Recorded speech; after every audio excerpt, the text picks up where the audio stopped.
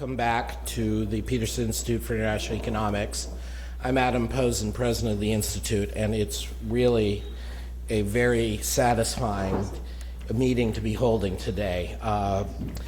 We have been working quite closely for a few years now with the Asian Development Bank, and particularly the Chief Economist's office, headed by Chang-Yong Ri, their Chief Economist, on a number of issues of common concern. Our efforts in this regard have been led by our Director of Studies, Marcus Noland.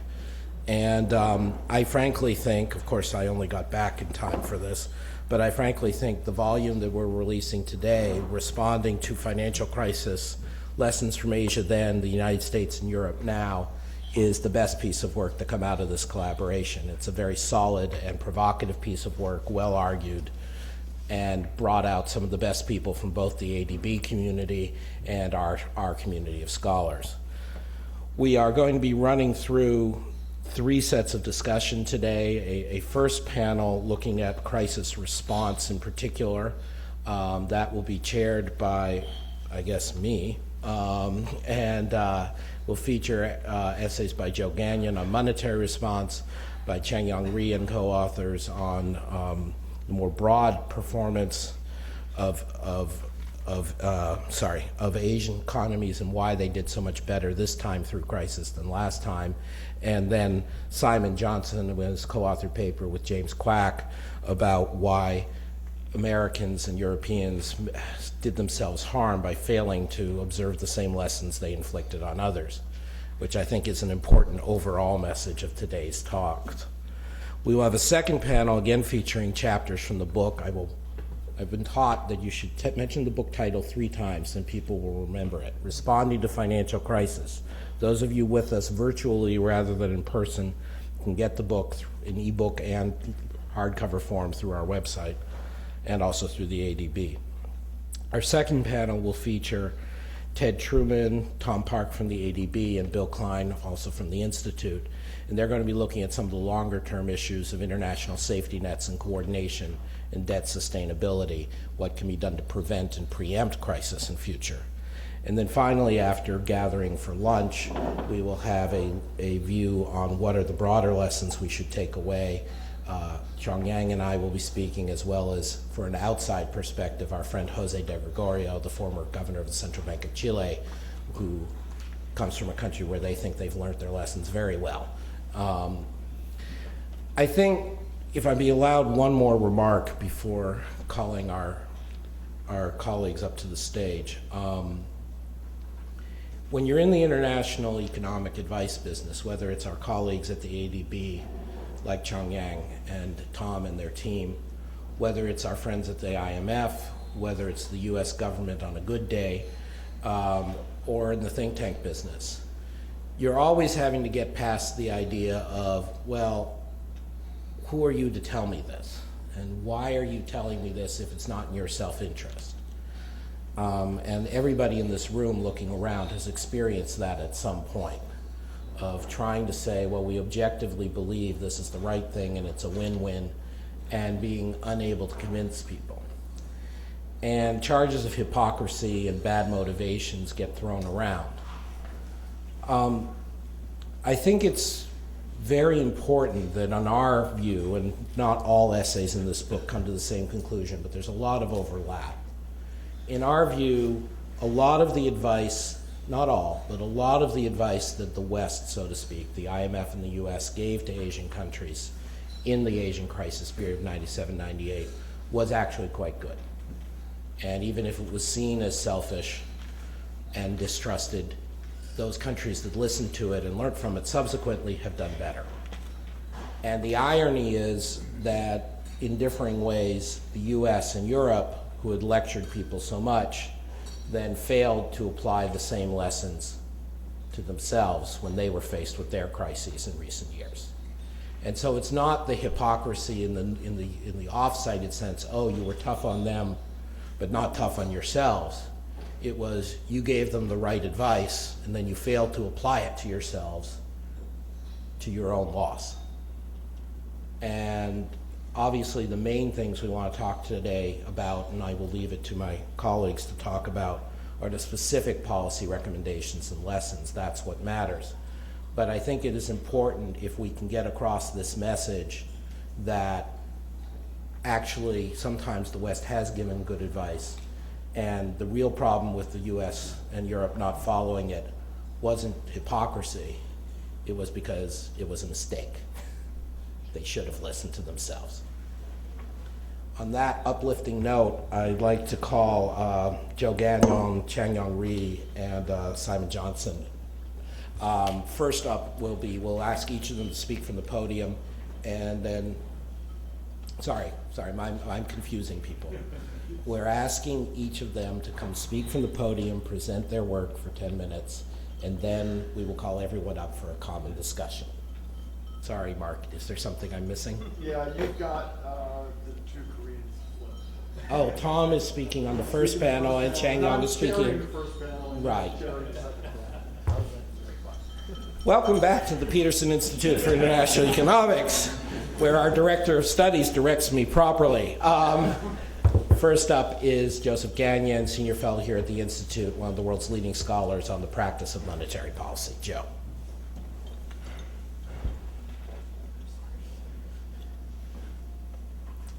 Well, thanks, Adam, for that kind introduction.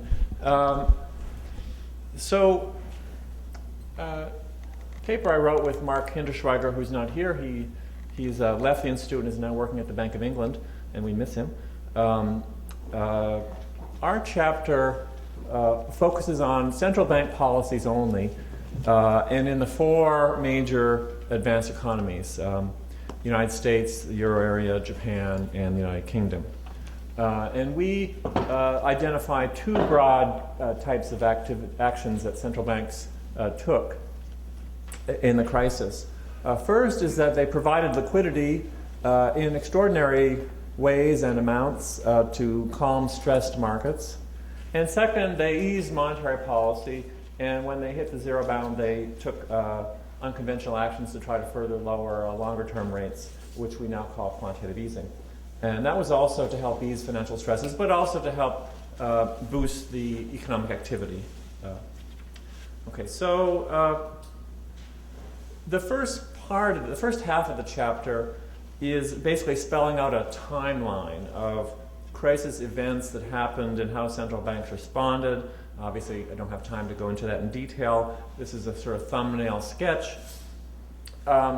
What this graph shows is one common measure of stress, which is the spread of interbank borrowing rates over a risk-free rate that you see. The crisis is generally accepted to have begun in August 2007 when the French bank BNP suspended withdrawals from its some money market, some mutual funds that it sponsored that had invested in the U.S. subprime securities, and found that the subprime securities markets were illiquid and it couldn't value the securities.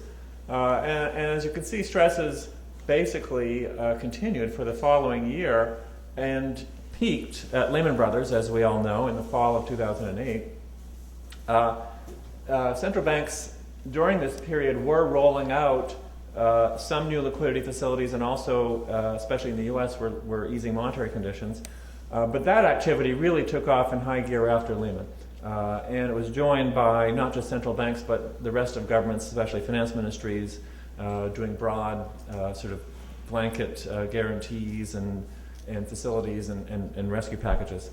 So these broad activities went beyond central banks, eased stresses into early 2009, so that by mid-2009 they were almost back to normal levels.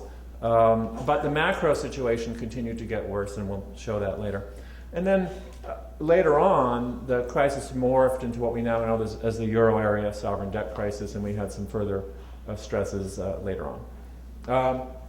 No, that was one measure of stress, but another measure here based on stock market volatility shows basically a similar time pattern.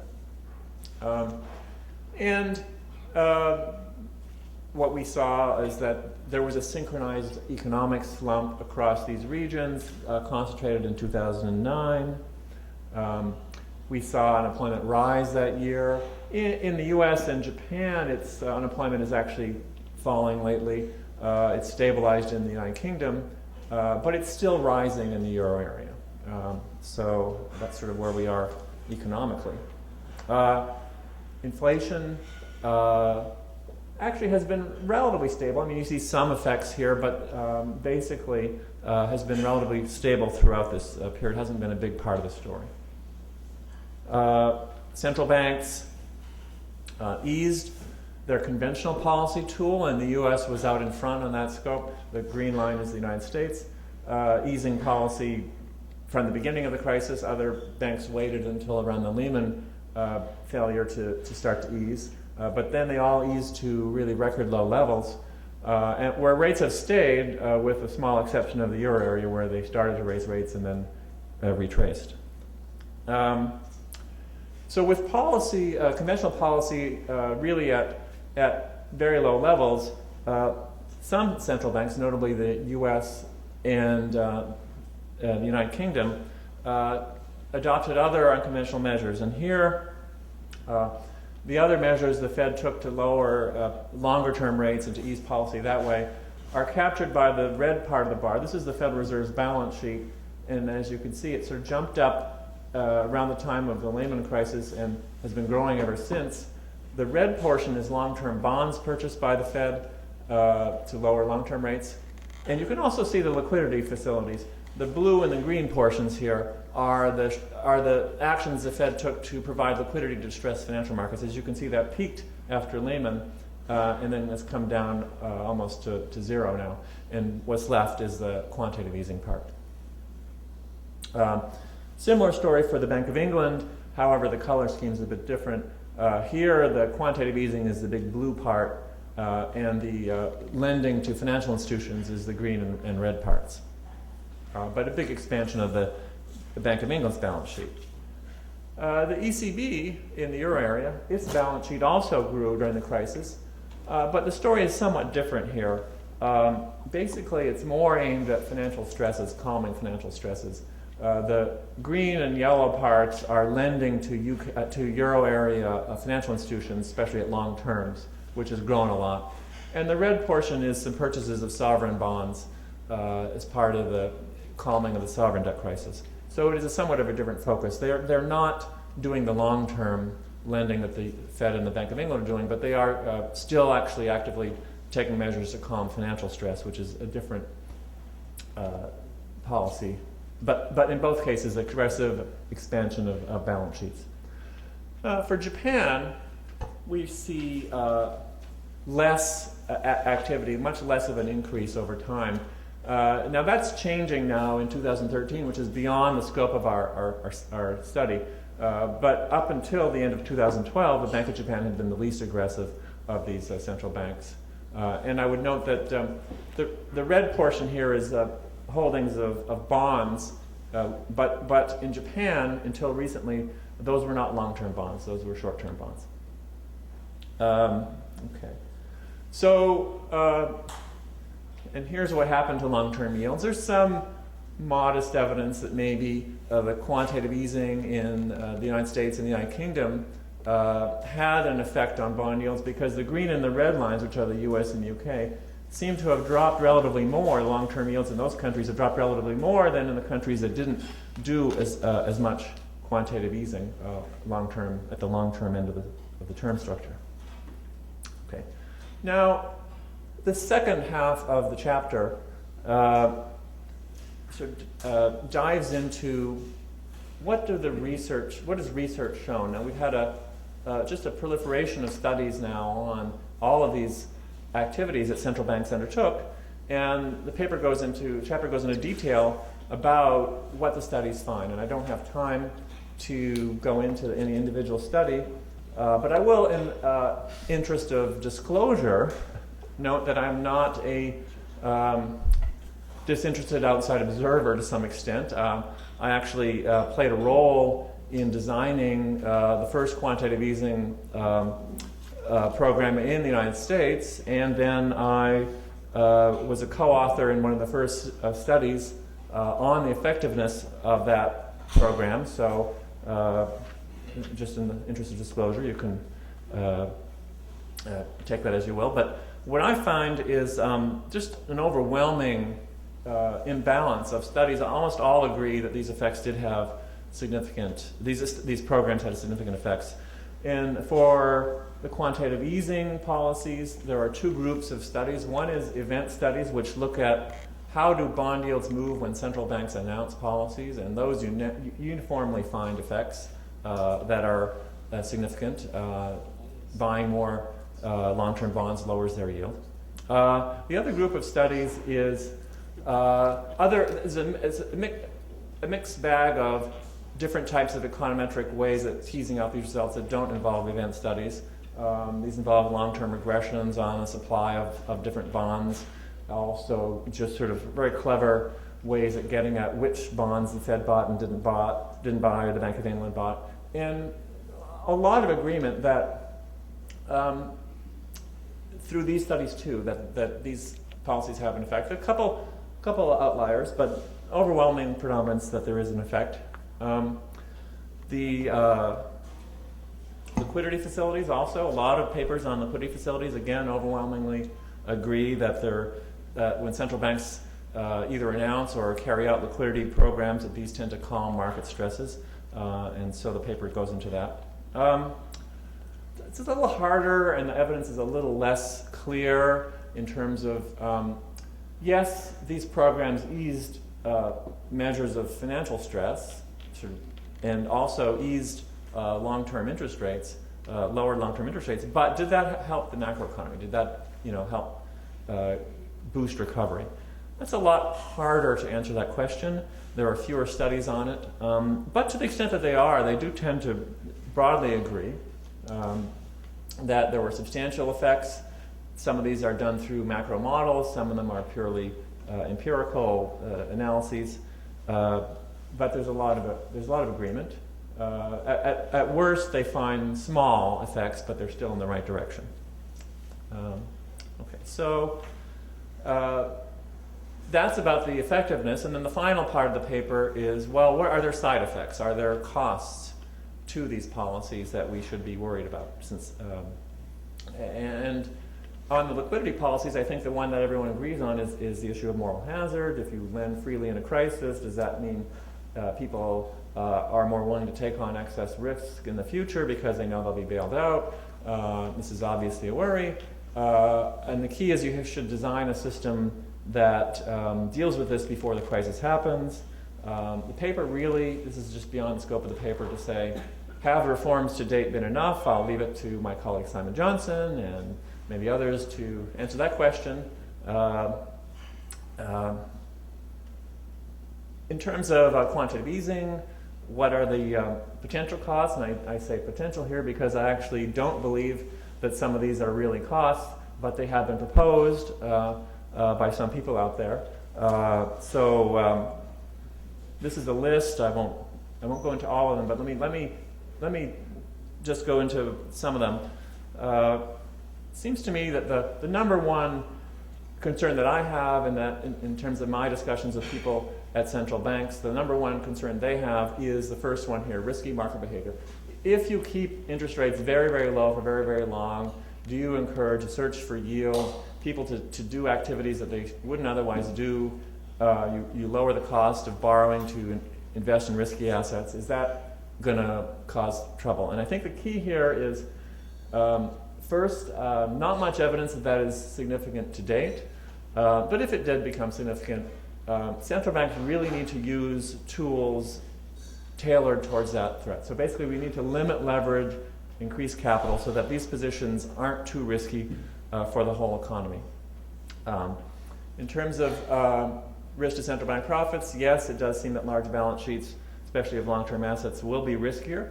But that's not really the important thing to look at. What's important is to look at the overall government balance sheet. And there's really no plausible scenario in which these policies could raise national debt burdens. In fact, they almost uniformly will lower them by quite a bit.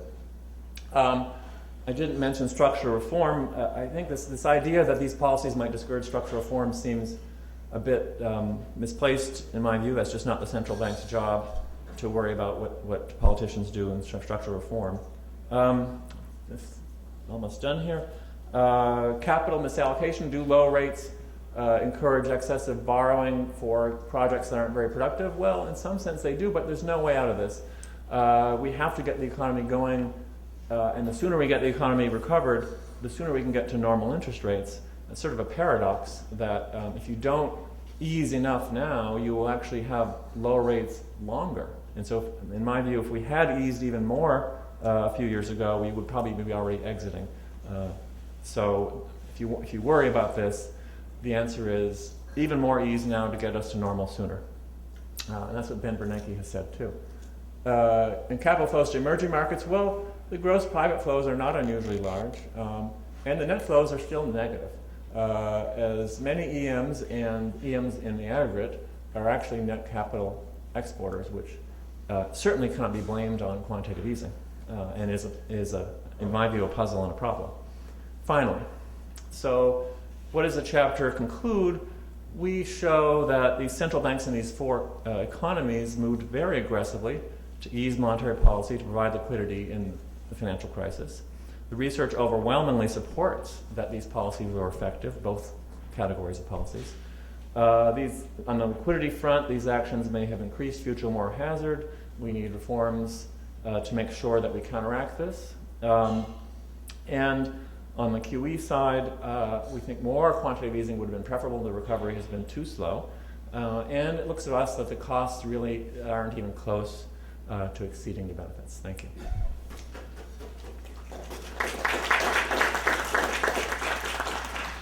Thank you very much, Joe. And now for an alternative perspective on macro, not necessarily conflicting, but alternative perspective on macro policies in action, looking at the issue of how Asia came through the global crisis so much better this time than in the 90s.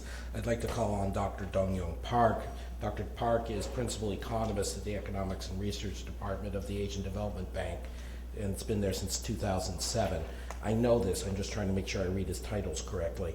He was previously a tenured professor of economics at Nanyang Technical University in Singapore.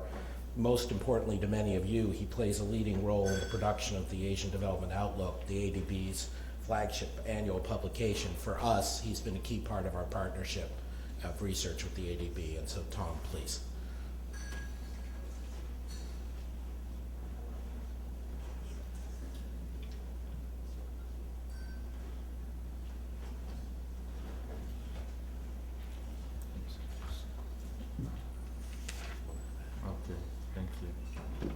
Thank you so much for your kind words of introduction, Adam. I think we have a tight time constraint, so let me get straight to the paper. So what the issue that my paper with my co-authors, my ADB colleague Arif and a Korean academic friend of mine, Kwano, what we did together was to look at the issue of why. It's an interesting issue. It's hardly a new issue, but it's the issue of why Asia countries did so much better during the global financial crisis, despite its big magnitude. It was the mother of all shocks. I mean, it was a huge crisis. Why we did so much better then than during the Asian crisis of 97 and 98. It's not a new issue, but what we do in this paper is to try to examine this issue more rigorously, more systematically through econometric analysis. So just to give you a brief outline of my presentation, I'm going to briefly introduce the topic and motivate the paper, why we chose to undertake this analysis. And then I'm going to talk briefly about the stylized facts. Exactly what was Asia's macro performance in 97, 98, and in 2008, 2009, and compare the two.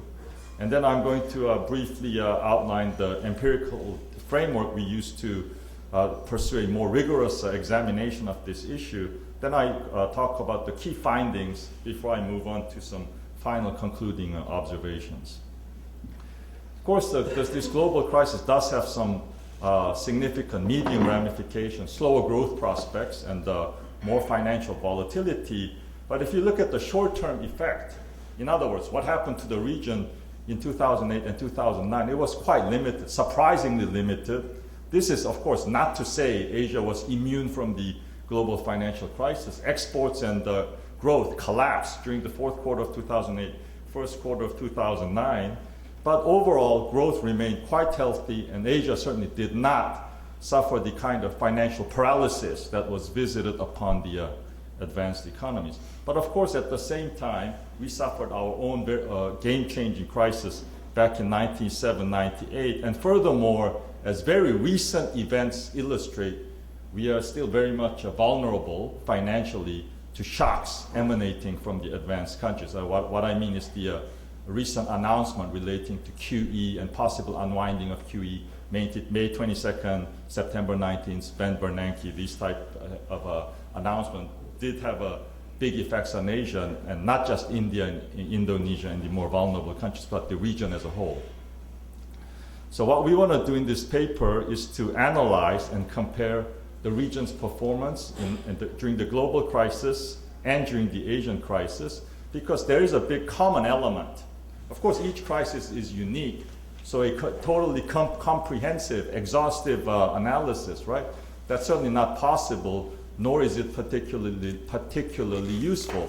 So what we do in this paper, we limit the analysis to fundamentals as well as policies and how they differed, their impact during these two crisis. So the big question we want to examine here is, why did we do so much better during the global crisis than during the Asian crisis? But that's, again, hardly a new question, but what we want to do is we want to look at that issue more rigorously and systematically, focusing on the role of fundamentals and policies, macroeconomic policies. So some basic stylized facts. I'm going to run through these quite relatively quickly. So first of all, we look at the East Asia 5 as a whole. What do we mean by East Asia 5? The 5 countries that were hit hardest by the Asian crisis. That makes for a more meaningful comparison, of course, those being Korea, Indonesia, Thailand, Malaysia, and the Philippines. So if we look at the 5 as a group and look at the average, what are some key stylized facts in terms of the macroeconomic performance? Well, first of all, in terms of output, recession was much milder and recovery quicker during the global crisis. The exchange rate collapsed much more during the Asian crisis. And exports, there was a sharp rebound in exports in the aftermath of the Asian crisis, but there was, of course, a collapse of exports during the global crisis. And one might argue that from Asia's viewpoint, the global crisis was not so much a financial crisis, but a trade crisis, although quite a temporary trade crisis. Investment collapsed during the Asian crisis, but held up quite well during the global crisis. And quite significantly, fiscal and monetary policy moved in exactly opposite directions. In other words, we had a fiscal and monetary expansion during the global crisis, but tightening during the Asian crisis. And all these figures, which are in the chapter in the book, illustrate those points. So in the interest of time, I'm not going to go through them one by one. So overall, I think it's quite fair to say, and this is not the extent to which internal problems, structural problems explained or accounted for Asian crisis, that's a very controversial issue, and that's another issue for another day. But what we can say unambiguously is that internal structural problems did play some role, at least, in the outbreak of the Asian crisis. In contrast, the global crisis was, from Asia's viewpoint, almost purely, yes, there are arguments about global savings glut and so forth, but again, that's another issue for another day. But by and large, it was a purely external crisis, from external shock from Asia's viewpoint. And another big difference between the two was the stance of fiscal policy and monetary policy during the two crises. And then now what we do is we take a look at the stylized facts in more detail by looking at what happened to those 5 individual countries. In other words, we look at the data of the 5 individual countries. And again, the stylized facts that emerge are largely the same as that for the 5 countries as a group, as a whole. So I'm not going to go into them. So instead, what I will do is to move over. By the way, I do want to emphasize one point. Financial imbalances were significantly larger prior to the Asian crisis than prior to the global crisis, as you can see from the credit growth, stock market valuation, as well as property price movements. So now I will briefly explain our more in-depth or rigorous analysis or econometric analysis. We use data, quarterly data, from first quarter of 1990 to fourth quarter of 2011. for the likelihood of crisis, so we look at three things. We look at likelihood of crisis using a panel probit regression. Then we define crisis as a currency crisis, as in Reinhardt and Rogoff 2011. Secondly, we look at depth of a crisis. How deep or severe was the crisis? What were the factors that explain how deep the crisis is? And thirdly, we look at the factors that explain recovery from the crisis. How quick and robust was the recovery from the crisis? What factors explain that? So we look at three separate but interrelated issues, in other words. And of course, depth of a crisis we define as the difference between local maximum and minimum around the crisis. And in recovery, from the local minimum or trough of the crisis, plus 1 year, that's plus 4, right? 4 quarters. Recovery to plus 2 years, 8 quarters, plus 12 quarters, 3 years. So what kind of variables do we look at in explaining these three factors? Well, we look at the existing studies, the early warning literature. In particular, we take a cue from two very recent studies, one by Grinchas and Opsfeld, the other by Frankel and Saravellos. And this Frankel and Saravellos in particular is a very nice review of more than 80 papers on this topic. So, so drawing from these two studies, these are the 7 explanatory variables we use to explain the likelihood of a crisis. Foreign reserves, and the exact definitions are in the book, so you can take a look at real exchange appreciation, credit growth, and then the average growth rate of real GDP, current account balance, inflation, and share of export in GDP. So we run both bivariate panel regression, in other words, each explanatory variable one by one, as well as multivariate panel regressions, put them all together. And again, for the likelihood of crisis, we use panel probit with random effects, but for depth of crisis, as well as recovery from crisis, we use pooled ordinary least square regressions. All explanatory variables lagged by 1 year. And in addition, for depth of crisis and recovery from crisis, we add policy variables for both fiscal and monetary policy. So what are our key findings? All these 7 variables are statistically significant. And when we restrict the sample to the global crisis, 2006 to 2011, only 4 variables that are largely associated with capital inflows become significant. How about for depth of a crisis? Again, all these fundamentals seem to be important in explaining the crisis. And in addition, the policy also matters, the monetary policy and the fiscal policy. A crisis is deeper if the interest rate increases during the crisis and if the fiscal policy becomes contractionary during the crisis. How about recovery from the crisis?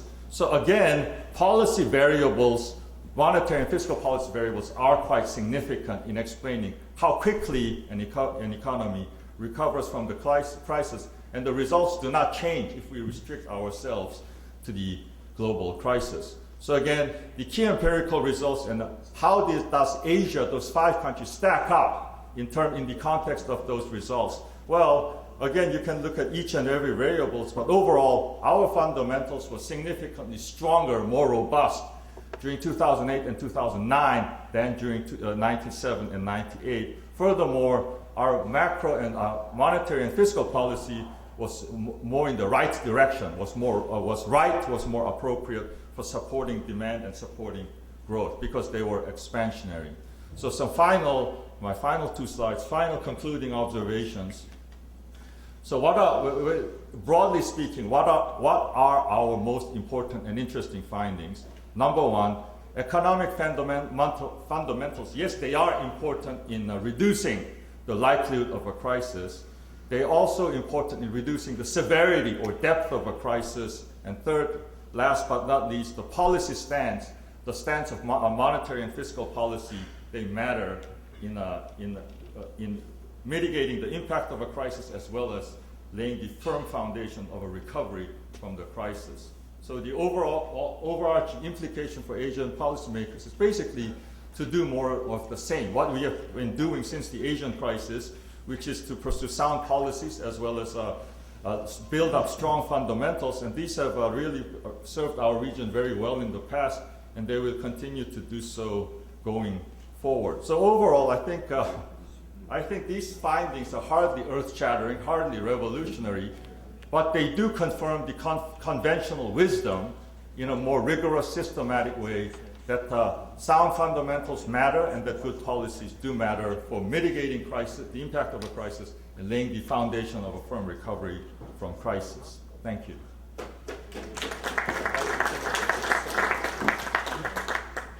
Thank you very much, Tom. As you saw from the charts, I mean, this is a very solid and comprehensive piece of work. I encourage you all to look at the paper in more detail, even though to see why the conclusions are as strong as they are.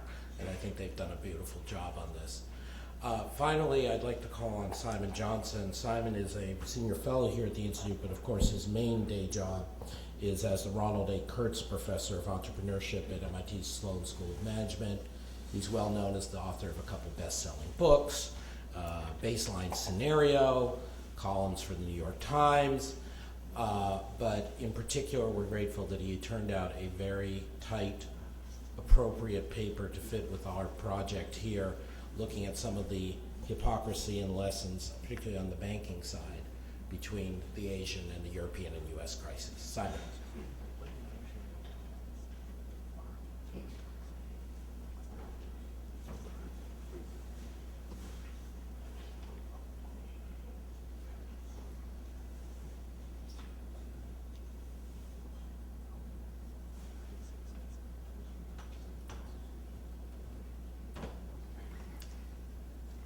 Thanks very much, Adam and Chang Yong, for the opportunity to be here and to speak about such an emotional topic as financial policy in 10 minutes. This is joint work with James Kwok and draws on a considerable amount of work that we have done and continue to do. The question that we have, and we try to address in this chapter, is exactly as laid out by Adam initially, which is how should we think about the policy advice given to Asia by the IMF and by the US, including by the US Treasury, in 1997, 1998, how should we compare that advice with what the US actually did in 2007, 2008, and subsequently with the reform process? It seems, to me at least, to be a completely fair question to ask. Now, we would need to agree, at least to some extent, that these crises have some similarities, and at least to me and to my co-author, that seems pretty clear, but we can talk about that as much as you want. In both cases, these are private sector credit booms. In both cases, there are enormous increases in leverage for large, politically powerful companies. For example, chaebol in the case of Korea, for example, what we used to call investment banks in the case of the United States. And some parts of the business elite, to use the kind of language that Doron Acemoglu and Jim Robinson used, for example, in their book Why Nations Fail, some part of that elite was central to this process of overborrowing, and persuaded themselves and persuaded the regulators that being able to borrow to an extraordinary degree by historical standards in their respective countries was a good idea. This was good for growth, for chaebol to have so much debt relative to equity. It was good for the US, for Lehman Brothers, to be as leveraged as it was going into 2007, 2008. Those are just particular names, but it's a more general phenomenon. So how should we think about the policy advice given by the IMF and supported by the United States, or perhaps it was vice versa, in the Asian financial crisis? Well, obviously, very difficult and emotional topic. My own personal view is that some of the initial fiscal policy advice was perhaps not quite tailored to the circumstances, but the IMF, to its credit, made some very rapid adjustments, for example, in the Korean program. Monetary policy, of course, remains also a hot topic. Joe Gagnon pointed out that they should say options are limited when you don't borrow in your own currency. The reserve currency, I would suggest, has a particular advantage under these circumstances. And we are blessed in the United States that we're still the reserve currency despite all the political theatrics that we are demonstrating to you this week. But nevertheless, if you borrow in your own currency, countries like Australia and New Zealand, for example, have a freedom of maneuver on monetary policy that Asia didn't have in 1997 and 1998. Our focus is on financial sector policy. So when your banks and other financial institutions get into trouble, what do you do? And I think on this score, much of the policy advice and much of what the governments wanted to do, actually more importantly, was completely sensible. Thai finance houses were closed. The weaker Indonesian banks were closed. This is a very difficult political topic in all of these countries, including most notably Indonesia, where the Suharto family had a prominent role, directly and indirectly, in the financial sector, and did not appreciate having some of those roles reduced. What about the United States? Did we go through the same sort of thought process, the same sort of cleanup or damage control during the crisis and clean up immediately afterwards? Well, it is interesting, and again, I think quite a parallel with Asia, that in the early 2000s, in the run-up to what we call the global financial crisis, there was very little awareness in the United States among policy makers that we had any kind of vulnerability. In fact, the prevailing view, certainly in mid-2007, go back to Joe's timeline, when the events started to get serious, I was the chief economist at the IMF, and I remember vividly, I've forgotten everyone's names, isn't that convenient? But I remember vividly certain people being either unaware or unwilling to take on board or reluctant to actually take action, even as the problems develop. In retrospect, there's a clear timeline from Joe's picture, for example. At the time, there was a lot of resistance to the notion that a serious crisis could be brewing in the United States, let alone in Europe. That's a separate conversation, denial at the top European levels. There was a doctrine, you can call it the Greenspan doctrine or the Bernanke doctrine, depending on your preference, which is that you can't prevent bubbles or other big increase in financial asset prices. You just have to clean up the economy afterwards. I don't hear people at the top of the Federal Reserve saying that anymore. There was a link, and there remains, I think, potential for a link from these fragile shadows, from the quasi-banks, from the not fully regulated parts of the financial system to the core financial system. And I would actually suggest that's a characteristic of many, if not all, of the big financial crises we've seen around the world in recent years. And then that was absolutely a feature of what happened in the United States. The core was weak, the core was vulnerable, but the initiators, the people who took the really big risks, had enormous amounts of leverage, were more on the sides of that financial system. So did US apply best practice? If the IMF had been giving advice to the US, well, perhaps we did give advice, but not advice that came, that was packaged or came with any kinds of strings attached for obvious reasons. What would the IMF have said? What would the US Treasury have said if they just looked at this situation that was brewing in the United States, but didn't think of it as their own country? Well, obviously there's a very difficult set of issues around Lehman Brothers and allowing Lehman Brothers to fail. I don't think anyone would want to repeat that experience. The idea, the best practice advice surely is never let's have a bankruptcy and not have any kind of clarity about who's going to get paid what. And that was the problem from Lehman Brothers and from the way that the initial bailout or support of AIG was provided. There was a lot of confusion and uncertainty. And that's very much what lies behind the increased stress measures that Joe picks up in the fall of 2008. And of course, there was a wholesale run on money market funds. This remains a really important vulnerability of the American and the global financial system, that these money market funds are still susceptible to a very similar kind of run to what happened in September 2008. Now, as you know, and this wasn't perhaps quite as prominent in what Joe said, but a lot of liquidity support and a remarkable raft of guarantees were provided to the financial sector, including the ability of Goldman Sachs and Morgan Stanley to convert to being bank holding companies and to have much more unfettered access to the Federal Reserve, and of course the equity capital that was provided not just to big banks, but in a very demonstrable public way to the largest financial institutions, starting in October 2008 under the TARP. Now, there are some very important and controversial decision points that we talk about in our chapter. I think the most heated remains how Citigroup was treated. Obviously, and I'm reminded of this by some of my colleagues who were shareholders in Citigroup, there were big losses for shareholders, without doubt. If you were a buy and hold shareholder, you did not do well in the crisis.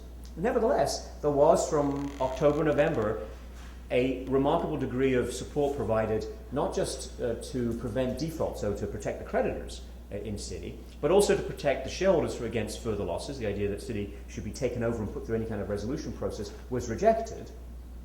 And of course, there was also a remarkable degree of support provided to management that was then in place. I think the central question may boil down to, could resolution-type powers, an FDIC type of managed liquidation or wind-down or resolution, could that have been applied to Citigroup or other large troubled financial institutions? How would that have affected confidence in the US and globally? And I think we could debate that question for a long time, but it wasn't done. The US did not apply those principles. And we put the government balance sheet behind the troubled banks rather than resorting to resolution. That's not what was recommended to Asia. And if you say, well, we didn't have the legal authority to do it, it's a fair point, but Asia didn't have plenty of legal authorities. I don't think the IMF typically says, oh, you don't have legal authority to do this, let's not do it. They say, I think you should get the legal authority tomorrow and then apply it. I don't have time, the chairman indicates, to go through the structural issues and the remaining risks. We can talk about that perhaps in the panel. But just to conclude, on the trajectory of reform, I don't think we applied in the United States the kind of advice we gave to other countries in 2008. The really interesting question is, what do we do next time? Does, for example, the Dodd-Frank framework provide us with the legal tools to apply this kind of resolution approach to financial institutions? And the answer there is, I think, definitely yes. The tools are available. But is that what we're going to do? Will that be what works politically in the United States? On that, I'm much more skeptical and much more concerned. And the indications that we see so far from within the regulatory process, including specifically my concerns are focused on the Board of Governors of the Federal Reserve, I don't yet think we're in a place where we can yet apply to ourselves the evidence that we so freely dispense to everyone else in the world. Thank you very much.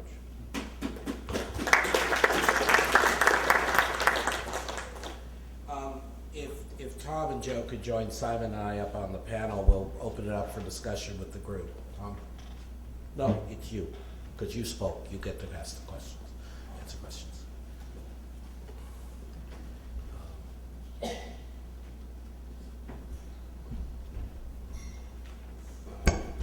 We're obviously getting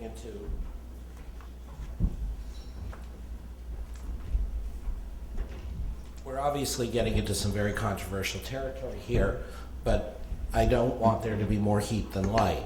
I think it's important that all of the chapters we're talking about here are tightly argued, evidence-based, and frankly, if you think about it, not that dissimilar from what a number of people would say casually. But there's obviously room for challenge, for discussion, for debate. And so let me open it up. We have a traveling mic at the front, and then we have a standing mic at the back, and I'm going to try to give people not from the ADB and the PIIE the chance to speak first. You get 2 opportunities to speak later, Changyong. So the lady in red here first, and then the gentleman. If you could go to the mic directly behind you. Please identify yourself before asking a question. Hi, I'm Johanna Chua from Citi. A couple of questions. First to Dr.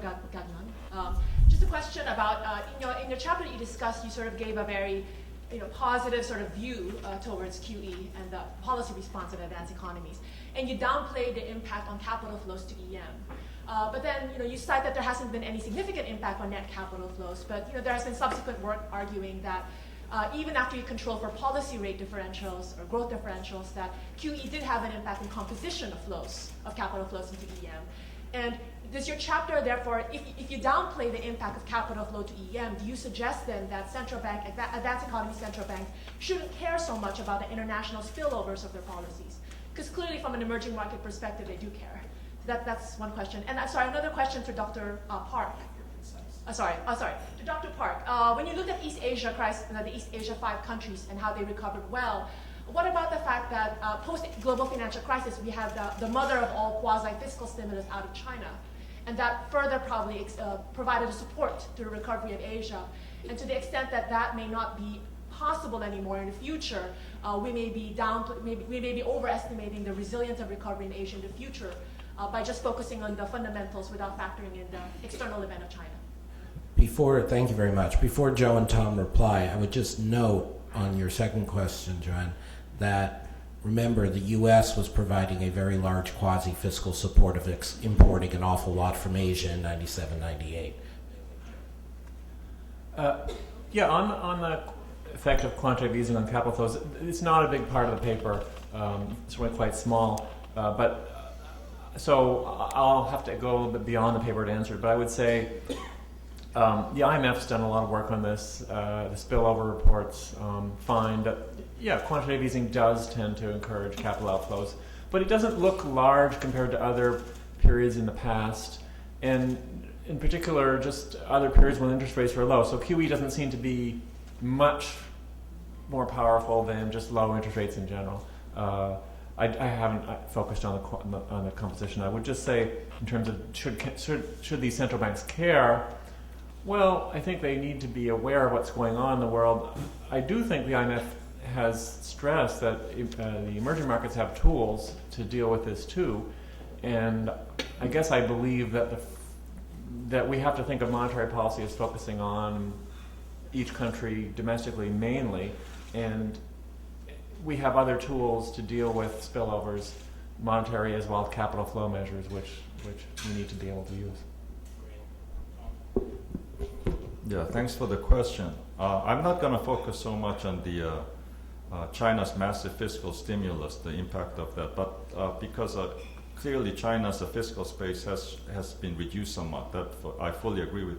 But let me briefly touch upon the bigger issue of China's role or emerging role as an engine of growth for the rest of Asia, in particular East and Southeast Asia. There are not just this other than this massive fiscal stimulus, which amounted to about 13% of China's output over 2 years. Aside from that, there are some more structural factors going on, which are promising, which forebode well for China as an engine of growth.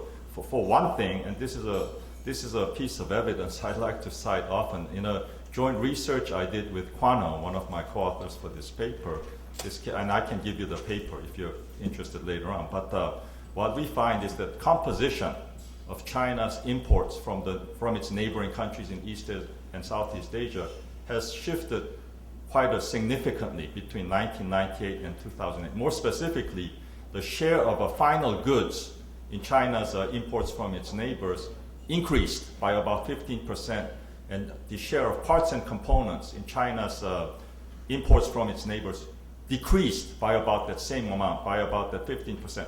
Yes, there are a lot of qualifications, but what that tells me is that China is becoming more of a consumer and less of a country that just assembles parts and components from its neighbors and ships them to the rest of Asia. One more thing in the context of the question, China is slowing down. That was actually the big theme of this year's our regional outlook, the medium-term growth slowdown of China. First of all, I think that's a healthy, welcome transition toward a more sustainable growth rate. And I don't think it's necessarily bad for the rest of Asia, because as China rebalances more toward domestic demand and becomes a less of a export-led, investment-led economy, that's going to create more export opportunities for the rest of Asia and indeed for the rest of the world. Thank you very much. The gentleman at the back mic. Thank you. Markus Rodlauer from the IMF Asia Department. Thank you very much for very great presentations, and I look forward to actually reading the book. I have one question, Dr. Park, and maybe also for the rest of the panel. You are implying, of course, that strong fundamentals are good for preparing for a crisis. Indeed, we have again seen those who were affected by the capital outflows in recent months, clear distinction between those with stronger fundamentals and less. So One implication we are struggling with this ourselves of our policy advice would be that everybody should have a strong current account and lots of reserves. How can that be done? Is it really that what really matters? And how is it globally consistent? Or are the markets maybe looking at something else, which is the strength of domestic policy frameworks and other things? But it is worrisome if we just leave the conclusion that everybody should have large current account surplus and lots of reserves. Thank you. No, thank you for asking very much a challenging and very relevant PIIE question on this topic. I'm actually opening it up to any of the panelists who wish to respond to that.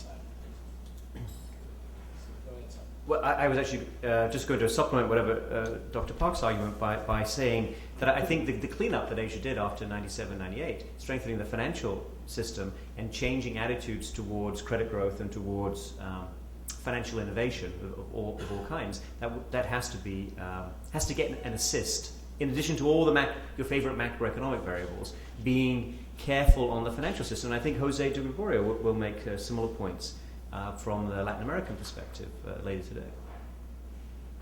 Yeah, if I may, thanks for that, Simon. If I may expand, if I may expand upon that point a little bit, and answer also your question more directly.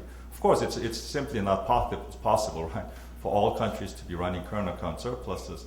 But I think it's important also to note that strong current account positions is only one of the several fundamentals that we looked at in our paper. There are many other macroeconomic stability and also some fundamentals that we did not touch upon in the paper directly, such as what the points that Simon just mentioned. In other words, Asia's financial system has become much stronger as a result of extensive restructuring and reform since the Asian crisis. Of course, that helped to improve our resilience this time around during the global crisis. And another thing that we did not explicitly look at, because as I said earlier, it's quite impossible due to data and other issues to do an exhaustive analysis. But another issue which is not included in our analysis is a stronger corporate sector balance sheet. In other words, lower debt and these kinds of factors.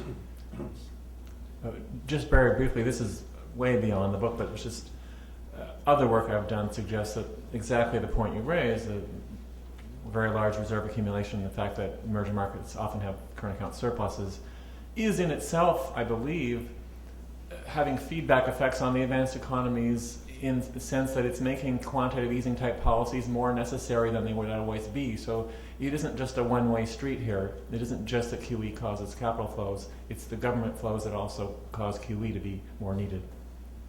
Thank you. I've got three people. I've got the gentleman at that table there, then at the back mic, and then over here. I'm Larry Krause, University of California, San Diego. I'd like to pose this question to Simon. If the U.S. had been given and taken the kind of advice that was given to Asian countries, they might have let Bear Stearns go bankrupt. Would that have changed the trajectory or just brought the crisis sooner? Well, that's a great question. Of course, what the Dodd-Frank financial reform legislation does, and what the FDIC has subsequently implemented in a more detailed fashion, is create a framework in which a large institution such as Bear Stearns can fail, and meaning losses for the creditors, without, hopefully, that causing some sort of contagion across other financial institutions and across financial markets. Now, that's a hard thing to pull off. It's a sensible idea to try and implement. We can talk about the details separately. And I think if you could have applied that kind of framework, either by changing the law or doing it in an ad hoc fashion, to Bear Stearns, I think that would have been helpful. I think when creditors believe that there's going to be a bailout, they're going to be protected, they're less careful. And I think the lesson that many people took from Bear Stearns is, yes, you can say whatever you want. We're looking at Bear Stearns, which was in big trouble, and having trouble getting from a Thursday to a Saturday, the creditors ended up whole. So why be careful in lending to Lehman Brothers? I think that logic is pretty unassailable, actually. Thank you. The back mic. I'm Damon Silvers. I'm with the AFL-CIO, and I was the deputy chair of the Congressional Oversight Panel for TARP.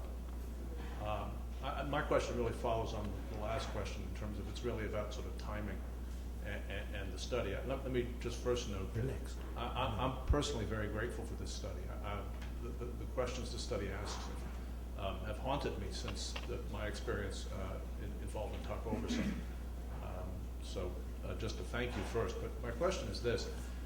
Simon, during the time that these decisions were being made in the fall of 2008 and the spring of 2009, the argument was made by the decision makers that it was not possible to put Citi and then B of A into resolution because if that were done, it would produce an equity run from other nominally solvent or in the view of the decision makers, actually solvent institutions.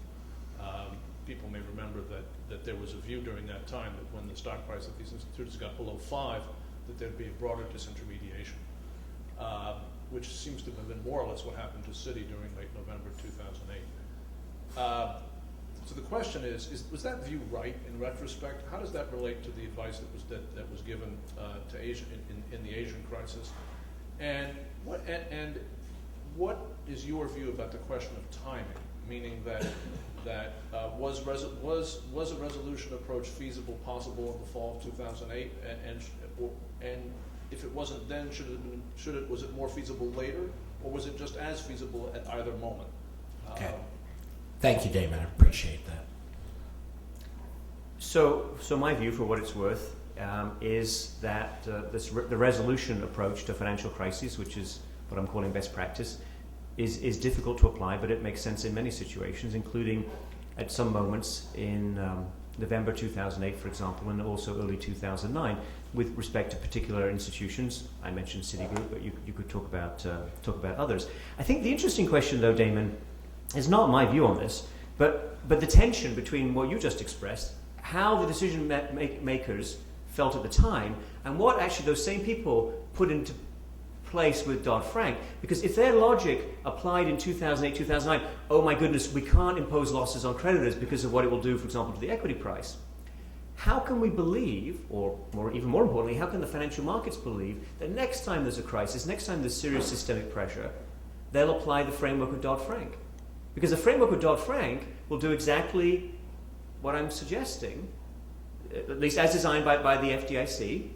Again, I can take anybody through the details separately. They are to impose losses on the creditors and to prevent systemic damage. But if you think that losses for the creditors is going to trigger big equity runs, then those decision makers, whoever comes after them, whoever's in place next time, is not going to want to apply the FDIC framework and Dodd-Frank. In Korea, it's a bit different because Korea, the issue was much more focused on the chaebol and the issue of bankruptcy for the non-financial sector. Seoul and Japan,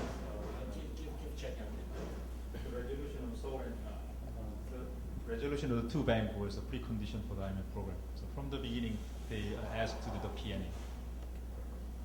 So, No, I just want to get that perspective in. At the front table here. Thank you. Marc-Olivier Strauss-Kahn from the Bank of France. I have a comment and questions. The comment is related to the current contagion of the US monetary policy to the rest of the world, but some decoupling due to, as you have highlighted, differences in fundamentals and also in cycles, especially in Asia, but also in Europe, which may reflect better discrimination. And we've got the negative examples of Indonesia and India highlighted by the IMF. The current account plays a role for the five fragiles, but inflation does also matter for India as a reason for a loss of competitiveness. Now, a good part of this, or relative improvement, is viewed in Europe, for instance, in the relative spreads of Italy and Spain, which have been reduced versus Germany. The questions, maybe for all speakers, but more to Dr. Park, in the short term, I guess that it would allow exchange rate to adjust, but how much does he fear volatility in spite of this better discrimination, both in prices and quantities? And in the longer term, I don't know, while structural reforms take time to be put in place, has he special views on China, whose stabilization is currently supported by revival in investment, which is supported by shadow banking and so on. How much does this affect the diagnosis he has on Asia? Thank you very much, Marc-Olivier. Definitely let Tom answer, but then if Simon or Joe want to come in, this will be the last question. We'll take a brief break before going to the second panel. Yeah, okay, let me just briefly touch upon your question about China and the shadow banking system and the other types of what I would call internal financial vulnerabilities. It has, because these are quite serious, potentially dangerous vulnerabilities. But having said that, I think there is a lot of promising sign that the authorities are very much aware of the need to start tackling these issues. Just to give you one concrete, specific example, I think, I forgot the exact date, but sometime in June, the interbank interest rates really spiked sharply upward in China. If it was 4 or 5 years ago, or even 2-3 years ago, the authorities would have panicked and start pushing the panic button, but they just let it pass because, and to me that shows that's a serious sign of a more genuine and more deep-seated commitment to pursuing stability instead of growth at all costs. So I think China, yes, there are these, and also the authorities have started to tackle the shadow banking problem, which is intimately tied with the another risk, that of the growing local government debt. But I think authorities have started to tackle these issues. So I think yes, there are these risks. We should not underestimate them. But I think China is moving in the right direction. I just needed, before I turn to Simon, do a plug. We have a lot of interesting short and longer term research on this issue in China, China's Financial Forum, by Nick Lardy, Nicholas Boris, Yifan Hu, and Ryan Wachowski on the IIE website. And we have a particular China Watch segment of the website. Obviously, we benefit a lot from what the ADB is doing as well as a source informing us. Simon? So, Marc-Olivier, I think we've been a little remiss today or perhaps I've been remiss in not mentioning and stressing enough bank capital, equity financing of the financial system, because that's really important in this entire macro framework. How vulnerable is your financial system when losses are incurred? And I think in that context, it's quite unfortunate that Basel III established a rather, to my mind, low level of minimum capital standards on a global basis relative to the shocks. And it's particularly unfortunate, given what we've seen in Europe over the past 4 or 5 years, that certain prominent European countries continue to feel that lower capital is somehow better for growth. Lower capital contributes exactly to the kind of instability and potential vulnerability that we've been talking about today. And I think a big lesson that the Asians correctly took on board, both at the policy level and at the corporate level, and certainly the financial sector level, was we need to fund ourselves with more equity as a stabilizer relative to this difficult global economy. I think we should all take that lesson. Terrific. Unless Joe has something to add, I just want to thank everyone for a great exchange. I'm sorry we didn't get to hear from Chang Yong, but we'll shortly hear from him. I want to get as many people from the audience in as possible. I'd like to ask people to take a relatively resolved coffee break of 6 minutes, and we'll start right back with the next panel. But thank you to Joe, to Tom, Dong Young Park, and to Simon.